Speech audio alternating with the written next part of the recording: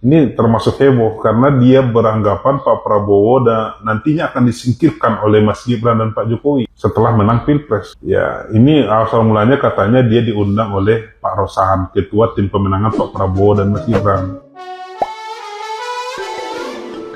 Hola netizen yang tercinta, pengamat militer dan pertahanan Koni Rahakundini Bakri membuat sebuah pernyataan yang mengejutkan. Pasalnya, Koni Rahakundini Bakri menyebut bahwa Prabowo Subianto direncanakan akan menjabat sebagai presiden hanya selama 2 tahun. Hal ini diungkapkan oleh Koni Rahakundini Bakri dalam sebuah acara yang bertajuk Mimbar Keprihatinan Bangsa dan Seruan Kebangsaan Purnawirawan TNI Polri pada Jumat 9 Februari 2024. Koni cerita awalnya ia sempat diminta oleh mantan Dubes Amerika Serikat yakni Rosan Ruslani untuk mendukung Prabowo Subianto. Kemudian Koni juga mengatakan bahwa sebagai seorang akademisi dirinya bisa bersikap netral pada semua paslon. Namun Rosan Ruslani menyebutkan sebuah berita bahwa Prabowo Subianto akan menjabat sebagai presiden dalam waktu 2 tahun. Menurut Koni, pernyataan yang diucapkan oleh Rosan Ruslani itu merupakan sebuah tanda bahwa Presiden Jokowi memiliki niat untuk mengkhianati Prabowo.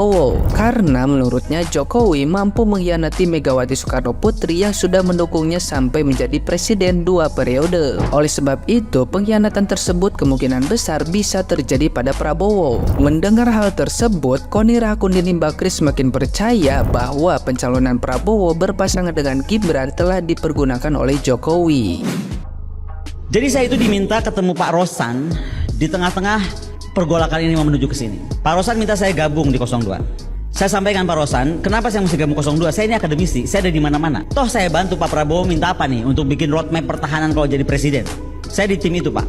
Oke. Lalu dia bilang nggak bisa. Harusnya Mbak Koni lebih clear, pakai baju biru muda masuk. Saya bilang, sebentar sebelum saya bilang apa dulu, saya mau tanya, emang Pak Prabowo ini bakal jadi presiden berapa lama? Ini nyampaikan Pak Rosan loh. Duta besar kita mantan di Amerika. Jadi rencananya 2 tahun. 3 tahun berikutnya diikuti oleh Gibran. Saya langsung bangun, sebentar Pak Rosan. Jadi akan 2 tahun, lalu langsung diganti oleh Gibran. Pertanyaan gua bodoh aja nih. Lu yakin Prabowo dibiarkan hidup oleh Jokowi 2 tahun? Kalau saya jadi Gibran atau jadi Pak Jokowi, saya matiin besok. Loh, betul gak sih?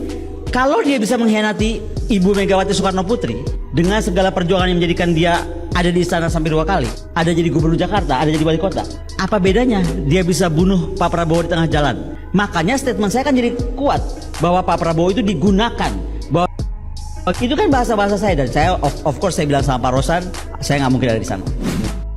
Nah, gimana nih menurut netizen yang terhormat? Silahkan berkomentar ya. Halo guys, nah rame ya kemarin soal Ibu Koni ini, yang katanya ketemu Pak Rosan, lalu ya dikatakan soal itu Pak Prabowo katanya cuma hanya akan 2 tahun, lalu akan dilanjutkan dengan Gibran. Nah, yang menurut saya agak aneh sih, ya langsung saja TKN Prabowo langsung bikin konferensi pers dan membantah ini dan langsung mentwist adegannya menjadi sebaliknya, bahwa justru bukannya Bu Koni yang diminta masuk 02, tapi Bu Koni yang memang ingin masuk ke 02 dan pengen jadi Wamenhan atau Wamenlu gitu ya. Ini menurut saya sih agak aneh aja, ngapain juga minta masuk ke sana di ujung-ujung masa kampanye yang tinggal beberapa hari lagi. Ini aja kan sudah aneh. Lalu yang kedua, kalau memang misalnya ini tidak benar dan katanya ini mencemarkan nama baik gitu ya kenapa tidak disomasi saja, dituntut saja, bukan justru malah membangun framing juga gitu ya. Nah, kita kan jadi mikir mana yang benar mana yang salah nih, tapi orang akan melihat dengan logikanya bahwa ini kompetisi sudah menjelang babak akhir, masa kampanye juga tinggal beberapa hari lagi, nggak mungkin juga Bu Koni akan minta masuk ke TKN di ujung masa kampanye, itu sudah tidak mungkin. Lalu yang kedua, Bu Koni bukan orang yang, menurut saya selama ini statement Bu Koni nggak ada yang tanpa dasar gitu. Soal alutista, soalnya misalnya kemarin soal Uni Eropa corruption investigation kemarin itu, ini kan ada datanya di MSN, ada datanya bahwa ada Griko lembaga anti korupsi di Uni Eropa yang sedang menyelidiki itu. Jadi semuanya by data dan kita bisa menelusuri memang datanya. Nah, menurut saya yang harus kita lakukan adalah ya kita menggunakan logika kita, menggunakan hati nurani kita, dan melihat dengan jernih mana yang benar, mana yang salah. Ya, kita akan memasuki masa tenang dan 2 hari lagi akan memilih. Jadi ya pilihlah dengan sepenuh hati, jangan sepenuh jiwa. Karena kalau misalnya nanti jagoan kamu kalah, ya kamu cuma sakit hati aja, nggak perlu sakit jiwa. Salam. Sepertinya para tetangga, dua kubu sebelah ini loh, kanan dan kiri, sedang sibuk kebakaran jenggot. Ada yang bikin film dokumenter, ada yang sibuk nembakin peluru-peluru hoax. Entah kemarin ngomongin korupsi pesawat yang nggak kebeli. Gimana coba mau korupsi uang yang pesawatnya aja nggak kebeli? Makanya Bu, kalau benci sama seseorang, nggak suka sama seseorang, jangan dijatuhin sampai nyungsep Bu, apalagi depan publik. Ketika mau nolong, malu kan? Atau Ibu nggak punya malu memang? Karena Ibu sebenarnya dekat sama orang-orang ini. Dan ini adalah semua rencana daripada apa yang kalian sudah susun, hanya untuk semakin menjatuhkan orang yang kalian tidak suka. Aduh, saya juga gak habis pikir. Seorang akademisi pikirannya sangat picik, bicara tentang ngeracunin dan ambil alih kekuasaan. Oh come on lah, ajarilah kami ini yang bukan akademisi suatu hal yang positif, yang baik gitu loh Bu. Aduh Bu Koni, kalau saya jadi ibu, saya nggak tahu harus taruh muka saya di mana lagi. Ini bukan terjadi satu kali Bu, ini udah berkali-kali. Sering kali kok saya bakal lihat ibu bikin hoax ke sana kemari, akhirnya ibu tutup sendiri. Dan kali ini Pak Rosan bahkan berani mengajak seseorang untuk mengkonfirmasi apa yang terjadi sebenarnya. Kalau ibu memang niat minta jabatan, ya ngomong aja gitu loh Bu. Kalau nggak sesuai nggak usah tantrum gitu. Lagi pula, apakah ini contoh seorang akademisi yang patut dicontoh? Apakah ini akademisi yang selalu dibangga-banggakan? Kalau saya sih lebih baik tidak jadi akademisi, tapi setidaknya tidak minta-minta jabatan ke sana kemari. Oh, jadi ini yang membuat Ibu Koni berada di tim Pak Ganjar dan Pak Mahfud, bukan sebaliknya di timnya Pak Prabowo, karena takut Pak Prabowo itu umurnya pendek gitu ya, menjabatnya itu hanya sebentar. Karena secara rate usia, memang Pak Prabowo ini dibandingkan para paslon lainnya itu adalah memang yang tertua gitu ya, di usia 72 tahun. Tapi Mbak Koni jangan seujon dulu Mbak, jangan seujon dulu ya, bahwa karena Pak Prabowo ini paling tua, beliau ini menganggap bahwa Pak Prabowo ini menjabatnya itu hanya akan sebentar gitu ya. Segala sesuatu kembali ke niat masing-masingnya ya. Dan kalau aku mengamati ya, secara dari fakta yang ada gitu ya, bahwa Pak Prabowo ini memiliki ribuan karyawan ya, ribuan karyawan yang hidup di bawah naungan beliau gitu ya. Jadi kalian percaya nggak percaya bahwa semakin banyak orang yang di kita, yang menggantungkan hidupnya kepada kita, ya, Tuhan itu bisa memberikan rezeki termasuk umur yang panjang kepada mereka. Terlebih lagi nih ya, di salah satu feed yang pernah aku bagikan juga, di sana itu dimana ada Pak Prabowo itu, salah satu ajudannya atau siapanya gitu yang bilang gitu ya, bahwa di rumah Pak Prabowo itu ya, bahkan seperti semut dan serangga gitu ya, itu diberi makan kayak semut ya, diberikan gula gitu, diberikan gula atau gula aren gitu, agar mereka ada tempatnya buat mereka makan gitu ya. Jadi tidak Pak Prabowo bunuh atau Pak Prabowo usir. Itu salah satu yang membuat aku tuh sangat mengagumi pribadi beliau gitu ya. Dan di dalam dulu aku pernah belajar banyak filsafat Chinese dan juga Buddhis gitu ya. Nah, dan ada salah satu kisah di mana seorang raja yang umurnya itu diperpanjang gitu ya, karena menyelamatkan semut apa serangga gitu ya, menyelamatkan semut dan serangga atau apalah gitu ya, yang artinya tidak membunuh para serangga itu gitu. Nah, dan itulah yang dilakukan oleh Pak Prabowo, yang membuat aku menyimpulkan Bu Koni kemungkinan salah besar dengan menganggap bahwa karena usianya Pak Prabowo itu sudah 72 tahun, beliau itu pastinya menjabat hanya sebentar gitu ya. Umur seseorang itu tidak ditentukan oleh karena usianya. Ya, banyak kok yang lebih muda matinya cepat. Karena apa? Karena niat dalam dan tujuan hidupnya itu tidak baik gitu ya.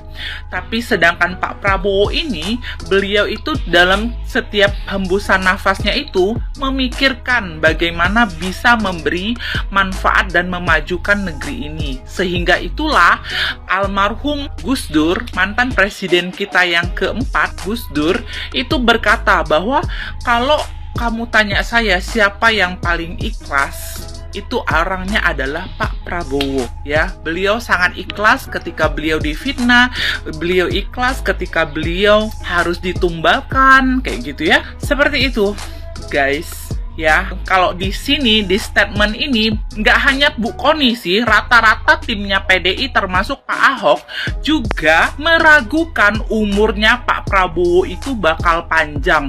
Umur Pak Prabowo menjabat itu bakalan panjang. Tapi di sini aku menggelarkan kepada kalian fakta-fakta yang membuat aku menyimpulkan Pak Prabowo bisa berumur panjang dan mudah-mudahan bisa menjabat sangat lama dan membawa Indonesia kepada masa kejayaannya kayak gitu. Kalau kalian tanya aku kenapa aku tidak mendukung kedua paslon yang lain, nanti aku akan membuat VT berikutnya ya. Ini kalau terkait umurnya Pak Prabowo, menurut aku Bu Koni blunder besar ya. Bu Koni mungkin tidak tahu bahwa Pak Prabowo selain sangat menyayangi binatang gitu ya, bahkan kepada serangga-serangga seperti semut pun beliau pelihara, beliau kasih makan kayak gitu. Gitu aja ya guys. Gimana menurut kalian? Apakah kalian setuju dengan statement-statement seperti Bu Koni dan Pak Ahok ya, yang meragukan bahwa Pak Prabowo ini akan menjabat lama atau akan berumur panjang? Gimana menurut kalian? Coba tinggalkan di kolom komentar. Thank you for watching and God bless you. Sebenarnya kita ini sudah mau masuk masa minggu damai ya, minggu tenang untuk pemilu dan pilpres, karena tanggal 14 nanti kita akan melakukan pencoblosan pilpres dan pemilunya. Tapi di masa tenang ini justru paslon 02 ya, Pak Prabowo dan Mas Gibran diserang oleh bertubi-tubi sekelompok orang yang menurut saya ini kepentingan asing sih. Kalau menurut saya, analisa saya. Yang pertama itu adalah ada beberapa pengamat politik yang membuat film berjudul Dirty Vote atau gimana, nanti akan saya buat PT tersendiri. Yang kedua, pernyataan si Koni ini termasuk heboh karena dia beranggapan Pak Prabowo dan nantinya akan disingkirkan oleh Mas Gibran dan Pak Jokowi setelah menang pilpres. Ya, ini asal mulanya katanya dia diundang oleh Pak Rosan, ketua tim pemenangan Pak Prabowo dan Mas Gibran. Ketika diajak untuk ikut, si Koninya nanya apakah Pak Prabowo nanti mau berapa lama Pak Prabowo-nya dibiarkan jadi presiden. Wah, ini pertanyaannya udah salah menurut saya. Katanya konon menurut Pak Rosan itu akan dikasih 2 tahun. Setelah itu nanti Gibran akan meneruskan setelah 3 tahun. Koni ngomong, ya kalau saya Pak Jokowi tidak akan saya biarkan 2 tahun, seminggu udah saya habisi. Artinya ya, ada 2 hal ini yang harus kita telusuri. Pertama, si Koni berarti memfitnah Pak Rosan. Dan sudah dijawab oleh Pak Rosan bahwa tidak ada benar pernyataan itu. Yang ada justru Koni malah meminta jabatan jadi wakil menteri Menlu ya kalau nggak salah, atau wakil menteri pertahanan. Ini ada, silakan dicek ya beritanya. Dan Pak Rosan sendiri mengaku sebenarnya tidak mengenal siapa si Koni ini, karena kan Pak Rosan dasarnya itu pengusaha. Sementara Koni kan kita tahu nggak tahu entah siapa-siapa, tiba-tiba dianggap jadi pengamat pertahanan zaman nanti. Ya, itu satu. Yang kedua, ini yang lebih parah. Si Koninya berarti memfitnah Mas Gibran dan Pak Jokowi. Ini fitnahnya sadis loh menurut saya. Karena ini fitnahnya bahwa Pak Jokowi ini pembunuh. Pak Jokowi nanti dan Mas Gibran akan membunuh, menghabisi Pak Prabowo. Ini tidak ada tafsir yang lain-lain. Berarti harusnya ya, tapi saya yakin kalau Pak Jokowi menanggapi ini justru nggak bagus ya efeknya untuk 02. Jadi tahu benar nih si Koni ini bahwa dia akan didiamkan. Karena ya kalaupun dibuat ada reaksi atas pernyataan konyolnya si Koni ini, yang justru nanti disalahkan adalah Pak Jokowi, dianggap tangan besi kah? Padahal ini fitnah yang luar biasa keji. Secara logika saja, fitnahan kedua ini ya, menurut saya tidak mungkin Pak Jokowi dan Mas Gibran itu akan menghabisi Pak Prabowo. Dasarnya apa? Pertama, sisi kemanusiaan, apakah Pak Jokowi itu seorang monster? Ya, kalau dia bilang Pak Jokowi saja didukung oleh Bu Mega terakhir berbalik arah, ya saya kira lihat aja sebabnya kenapa Pak Jokowi berbalik arah. Ya karena kan selama ini Pak Jokowi di partainya itu dianggap bukan siapa-siapa, padahal presiden negara. Orang kalau dipermalukan pasti akan melawan. Semut merah saja kalau diinjak akan menggigit. Itu satu. Yang kedua, ini logika sederhana saja, kita nggak usah pakai nganggap segala macam teori-teori luar biasa gitu. Pak Jokowi dan Mas Gibran tuh emang punya partai. Kalaupun mereka katakanlah melengsarkan Pak Prabowo, siapa di belakang mereka? Kecuali Pak Jokowi ketua umum PDIP, masih masuk akal. Ada backup politik di belakang dia. Nah ini tidak mungkin karena Pak Prabowo justru yang punya backup yang kuat, yaitu Partai Gerindra, yang insya Allah akan jadi partai terbesar setelah kita pemilu dan pilpres. Yang ada, yang lebih masuk akal, justru Pak Jokowi, Mas Gibran, dan Pak Prabowo akan bersatu padu, akan menyusun kekuatan bersama dengan di backup oleh Partai Gerindra. Ya saya malah berharap Pak Jokowinya masuk Gerindra, itu yang benar. Ya tapi kalau dibilang mereka akan melungsurkan Pak Prabowo, bahkan menghabisinya dalam tanda kutip, atau mungkin tidak pakai tanda kutip, ya siapa nanti di belakang mereka backup politik? Tidak ada backup politiknya Pak Prabowo dan Mas Gibran. Yang ada mereka backupnya itu rakyat mendukung. Kalau secara partai politik tidak ada. Ya PSI itu kan masih partai kecil, belum sanggup lah untuk menjadi backup politik yang bisa diandalkan ya untuk saat ini. Jadi lagi-lagi ini cuma analisa konyol yang membuat suasana minggu tenang kita ini jadi agak panas segala macam. Dan kalau saya secara pribadi menganalisa ini hanya kepentingan orang luar yang khawatir, yang takut Pak Prabowo dan Mas Gibran itu menang. Jadi segala macam cara dilakukan, dan posisinya kan memang sudah bisa dikatakan menang satu putaran. Jadi orang-orang yang panik ini, orang-orang luar negeri yang merasa terganggu kepentingannya, ya mencarilah pion-pionnya di dalam negara kita ini. Ya ketemulah mungkin si Koni ini, ketemulah mungkin itu yang beberapa pengamat yang bikin film Dirty Vote itu. Ya kan kita tahu sendiri, sekarang kan Uni Eropa, negara-negara maju pada ketakutan, khawatir karena Pak Jokowi dan Pak Prabowo dan Mas Gibran sudah memastikan akan meneruskan kebijakan Pak Jokowi yang bolak-balik diserang oleh negara maju dan Uni Eropa, yaitu hilirisasi. Ya sampai kita diadukan ke WTO bolak-balik sama Pak Jokowi, ya kalah banding lagi terus-menerus kan. Ini loh sebenarnya masalah kepentingan politik ini. Tapi ada beberapa oknum-oknum pengkhianat di negara kita ini yang mau dimanfaatkan oleh asing ini. Ya contohnya si Koni ini, kan pernyataan konyol. Mana mungkin presiden sekelas Pak Prabowo loh yang mau dihabisi. Anda tahu Koni itu Anda belum ada seujung kuku Pak Prabowo. Anda mungkin belajar masalah pertahanan keamanan, tapi itu teori. Pak Prabowo, dia itu praktek sampai perang, terjun perang. Dia itu prajurit tempur ya, bukan teori-teori saja, bukan omon-omon saja. Jadi sekali lagi yang difitnah oleh si Koni ini adalah pertama Pak Rosan sudah melakukan hak jawabnya.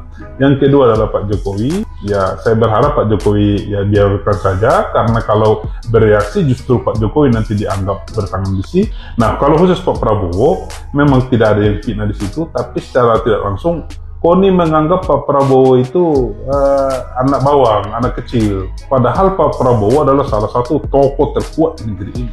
Yang nggak ada apa-apanya si Koni ini. Bahkan nggak ada apa-apanya itu ketua-ketua partai yang lain. Kalau Pak Prabowo dia kuat secara politik juga dari segi pengalaman, karena dia mantan seorang militer dan prajurit tempur, perwira militer yang cemerlang. Dia itu kan salah satu lulusan terbaik dari yang di Amerika Serikat, saya lupa namanya, itu kan sekolah militer yang dianggap orang itu yang terbaik di dunia. Dan Pak Prabowo adalah lulusan terbaiknya juga. Masa lulusan terbaik gitu dianggap mau disingkirkan dengan gampang? Nah, jadi ini bolak-balik Koni ini seperti yang namanya pion ya. Pokoknya buat rusuh saja, buat riuh aja.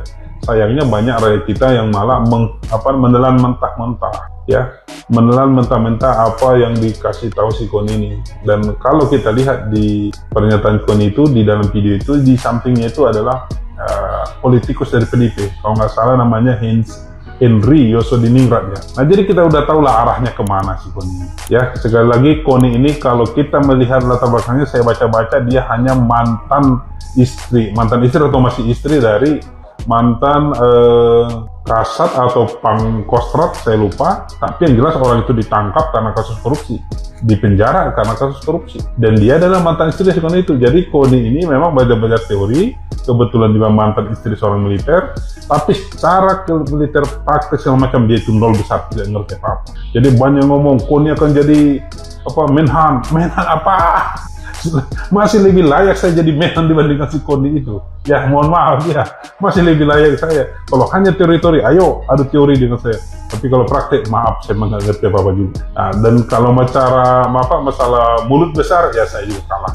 Ya mungkin si Koni lebih hebat. Ya kira-kira begitu. Saya berharap rakyat tidak ada yang terpengaruh dengan berbagai manuver-manuver asing lewat pion-pion di negara kita ini yang mengganggu masa tenang kita menuju Pilpres 2014. Tinggal beberapa hari lagi. Fokus kita menangkan Prabowo Gibran satu putaran dan kita lanjutkan hilirisasi agar Uni Eropa dan Amerika sana itu dan negara-negara maju itu terdiam, karena kita juga berhak menjadi negara maju. Sekali lagi, Prabowo Gibran harga mati menang satu putaran. Terima kasih.